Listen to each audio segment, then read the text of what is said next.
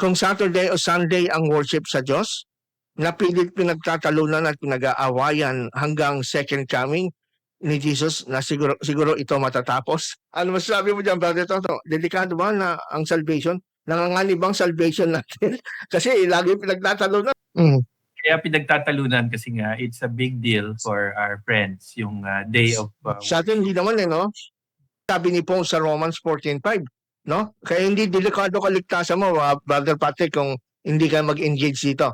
One person judges a day more important than any other day. Someone else judges every day to be the same. Let each one be fully convinced in his own mind. So bakit hindi delikado? Kasi tanong ni Brother Patrick, delikado ba? Hindi delikado kasi bawat isa sa inyo ay maging convinced sa kanyang isip kung anong gusto mo, personally choice mo. Kung gusto mo Sabado, go ahead. Pero wag mong pilitin ang mga tao na gayahin ka.